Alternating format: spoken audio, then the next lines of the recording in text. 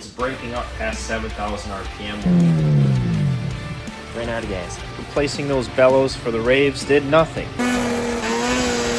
We're gonna have to find parts within 2 days.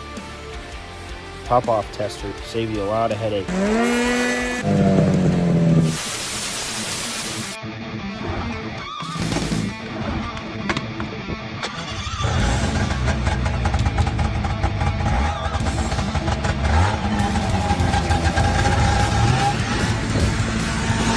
Alright guys, we're back. This is my 2006 Skidoo 500 SS 600. This has been my reliable trail sled for the past almost 5 years, I think. If you've been here before, we basically rebuilt the whole front end and did nothing to the motor, and it's been great. So we're going to be setting this thing up to try to get a little bit more of an edge this year with the lake cross races that I've been doing the past few years. Past 2 or 3 years have been canceled because of ice conditions. I'll give you a rundown how we did previous years. So basically, with the new carbides, it handled great. When I bought the sled, it came with studs. So I entered in the trail studded class. But what we found out is that these studs do not hook up well at all. I was just drifting everywhere. The front end would just track wherever I put it.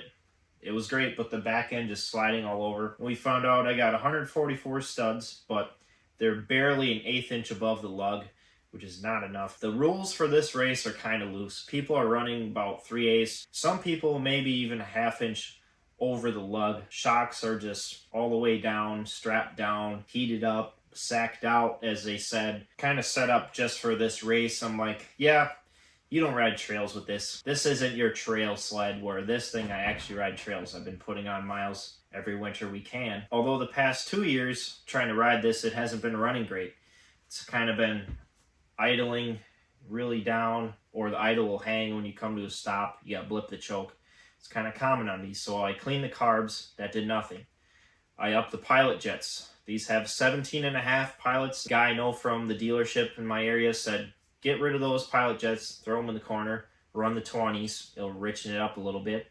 I tried that too and still didn't work. Then I finally realized that my intake boots are all cracked around the edge. Not around the carb boot, but around where they bolt to the motor. So I got that figured out. It idles great. But then I noticed now it's breaking up past 7,000 RPM when you rev it all the way up. And I've never cleaned the power valves before because I never had an issue. So we're going to clean the power valves. Basically, I'm stepping away from this, working on this, because we have 1 month, roughly, about maybe 3 weeks before the race.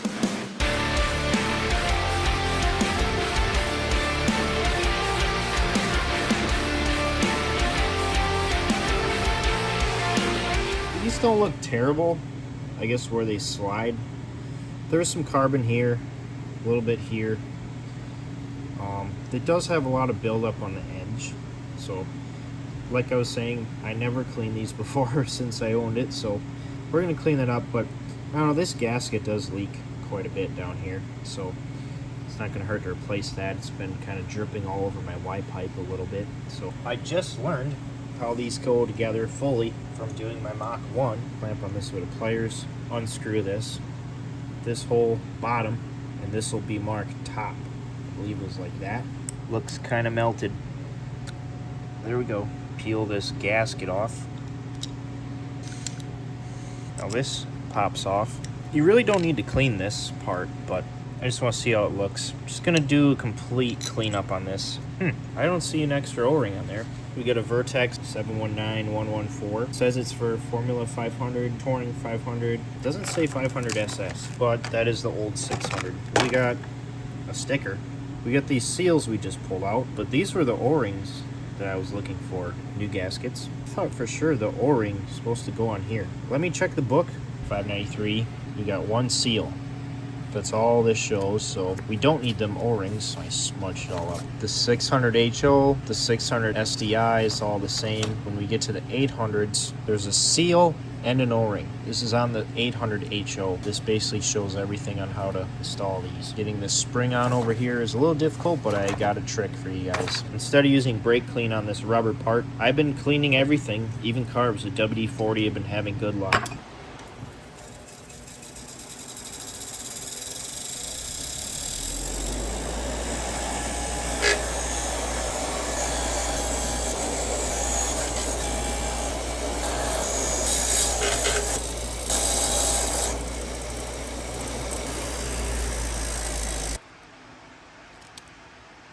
don't know if all this splooge, oily mixture would actually cause issues, so I'm starting to think this might not be the problem. Most of this you can just wipe off with a rag. Yeah, I had these set soft, trying to get more acceleration, and then I stiffened them up because I was kind of not getting enough traction. You let them come on a little bit slower, you'd probably have a better chance of hooking up. Get these back together, we're gonna put some grease on here. I'm gonna pop this on just as it is, kind of squeeze it around with your fingernails. Now you pop this in. Now your spring. This thing's kind of deformed. Might be a little tricky. Just kind of hold it down in 2 spots like that. And then you're going to take a pick and keep it facing away from the rubber so you don't poke it. Ow! That was a stab. Ow! Okay, so I stretch the spring a little bit. The ones I put in my other sled were not this tight.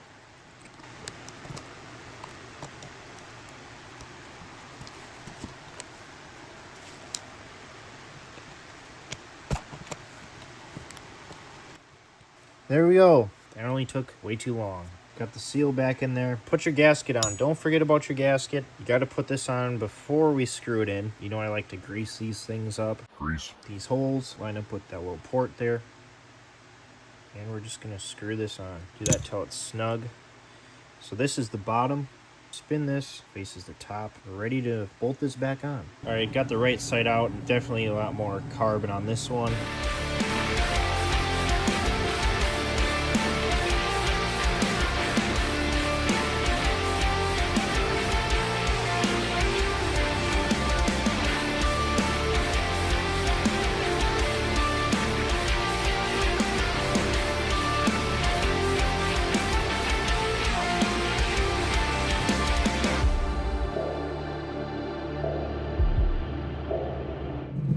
Let the sled warm up. I'm gonna lube up the slides. We're gonna run it, hold it wide open for a few seconds, make sure them power valves are working.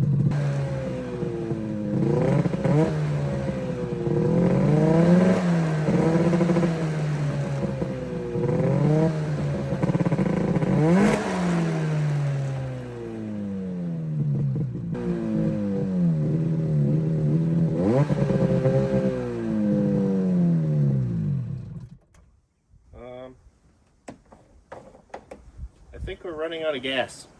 We got it warmed up, but Ran out of gas. darn it. Ran out of gas up on the stand. You know, it's at that angle. It's probably not getting any fuel to the pickup in the tank. And I want to go throw gas in. I want to hear all this runs at wide open, but I got to get ready for work now. I took whatever premium I had in here, dumped it in the Buick. I don't know how old it is. It's probably not that old, but when it comes to snowmobiles, basically any 2-stroke, I don't trust any gas that's older than a few months. You think premium would last a while, but I had some bad experiences with ice in my carb one year, in my dirt bike, and then last year I blew up my sled on some old gas. It was premium, but it was between that and bad carb settings, running lean. So like if you have any other issues that cause it to lean out a little bit, and then you got shitty octane, it's not good. So I'm like, I'm going to go get some fresh fuel, fresh 91, non-ethanol, throw it in. Leave a comment down below if you guys use any additives in your fuel like octane booster, heat, stable.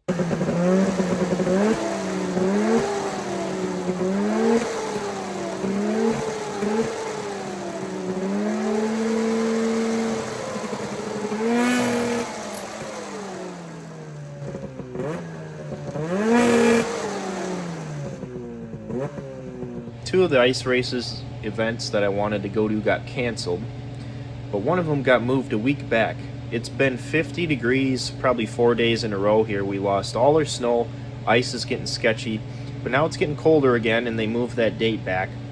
So I have 1 week to get this sled going. It still runs funny at 7,000 RPM. We cleaned the power valves. I didn't see any issues, but I'm going to guess one of the diaphragms was ripped and I didn't see it. We're going to drill some holes in the covers of the Rave valve so we can watch them move, and I'm going to run it and see what we find. I'm guessing it's got to be something with the power valve. I want to get this figured out, whether I get to ride it anytime this year or not. If I put it away for winter, put it away for summer, and I'll know it runs good and I can sleep easy.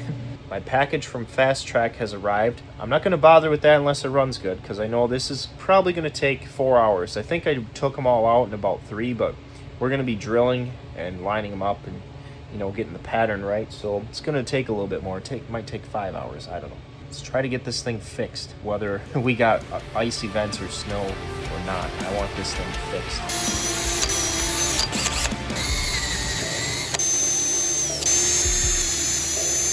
See, we already got some oil in here. I bet you one of them does leak.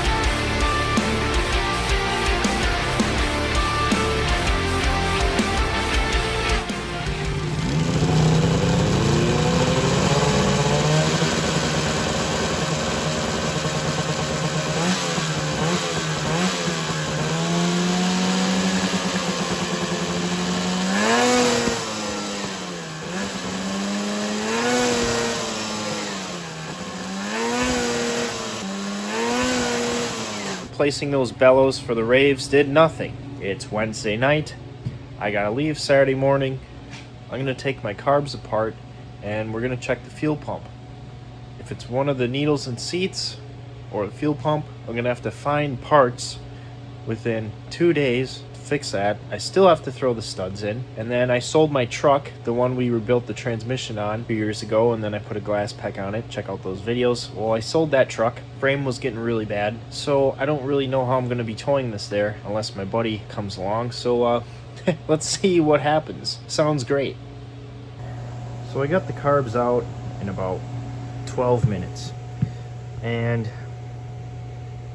trying to get this fuel pump, and man, is it tucked in there. These bolts, I'm pretty sure they're mounted on the back side of the tunnel. There's a lock nut on here, so you have to fight it the whole way. Got it with just a wrench. This one way back here, I can't get my socket ratchet in there. I can't get a wrench, box end wrench on there. So if you go in here with a swivel, some extensions, it's turning. I want to pull this back, unhook that pulse line, turn the kill switch off, and we're going to give it some pulls, and we're going to see if any fuel comes out of there. If any fuel comes out of your pulse line, that can mean that your needles are not sealing in your carb, causing it to be rich. I guess would mean that fuel is just running into your motor, or your diaphragms in your fuel pump are bad, so that when I'm revving this thing up and there's a tiny little split somewhere in that diaphragm, it'll start to run really rich at wide open, which is what it could be doing. So I'm gonna get this out, kind of pull that line off, see if I can get this come towards me. This line here is your fuel line to the carbs. I'm also gonna tear apart and see if there's some debris in here causing those diaphragms to not work. There's some check valves, so we'll see. You gotta be very careful though, because if I can't get parts for this, then don't break it. We pulled the sled over. I didn't see any fuel coming out of that pulse line, so that's good. So we move on to the carburetors. I really didn't see any issues besides that I never separated these two halves to look inside that well where the needle sits. You can't even really see it, but this is the needle, that little thing with the clip on it. But that was all clean. I didn't see any weird wear, but there is an O-ring in here that goes down into this little like sump, and it looks kind of wore out. So we hook up the pop-off tester. This just creates pressure. I sprayed WD-40 all around here. We're not getting anything. If I really pump this, we're getting air bubbles around that base. I'm gonna replace that O-ring. I got a carb kit that's totally wrong for these, but it probably has an O-ring that I need. If not, I got a whole set of O-rings from Harbor Freight we'll try. Hopefully they hold up to fuel. So I'm gonna take this bowl apart, do the same thing.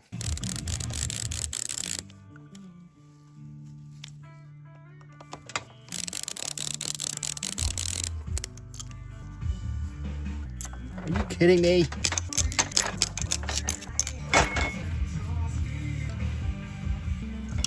First of all, the main jets were not even tight. It just fell out. Forgot to tighten the main jets.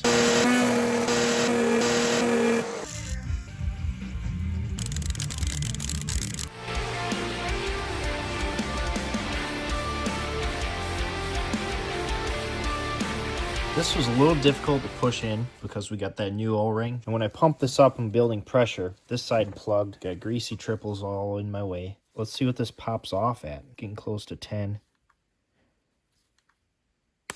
Right there, about 13. Heard it go pop, so that's good. Those O-rings are not feeling issue, but I don't like how low those main jets are loose. I must have forgot to snug them down. This is completely under fuel, submerged. If it's leaking, it's gonna be really rich. I mean, could have been an issue too, we'll see. But I think we figured out problems here, and the O-ring, it might not even be exactly right. They do fit on here. They look a little narrow, maybe because it's not all smushed and worn out. Spray a little WD in he. This is like stuck now, where before it just slipped in. Like I have to kind of push on this and rock it. Draw it in with the screws, I always say. Just gonna draw it in with the screws. Main jets, get over there. Main jets always be trying to escape. Now we'll be able to tell if this is sealing from the good old pop off. Just gonna draw it in with the screws. What a terrible idea. Ooh, yeah, we trashed that one. Trashed. 7/16. But whoa! 7/16 OD, 5/16 ID, 1/16 thick. We gotta be careful. But hey, pop-off tester, you know, save you a lot of headache. I could have put this on the sled, and the same thing would have happened. Would have ran like crap. And then I would have ruled this out like, no, it can't be that. I just did new O-rings. Well, you gotta check yourself before you wreck yourself. This big fuel leaks in your carbs is bad for your health. So basically, I got 2 nights to stud this thing. Oh yeah, we're building pressure, boys. She's sealing now. This thing's gonna run like a rape date. Why would anyone... See that we're holding.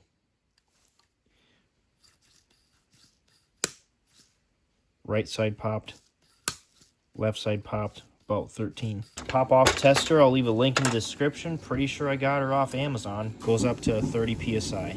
Real handy with diaphragm style carburetors, fuel pumps like Tillotsen's, Walbro carbs, the diaphragm style Mikunis on your jet ski. You're going to want to use this to set your needle springs, tension, make sure that's sealing. Diaphragms was leaking on my jet ski carburetor because I put it together wrong.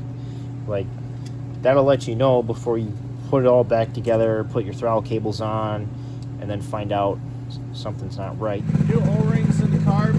Snowmobile run stand has been great. I think I got about a mile on it now. Just letting her warm up. I got the temp gauge.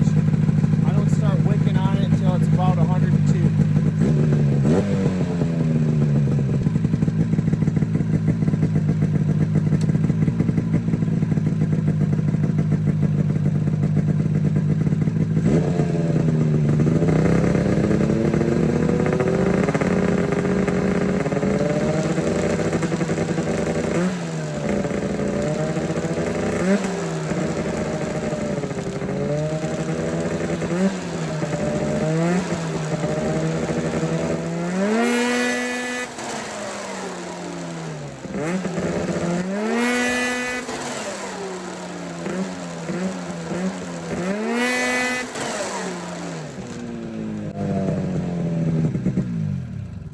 Sputter that time.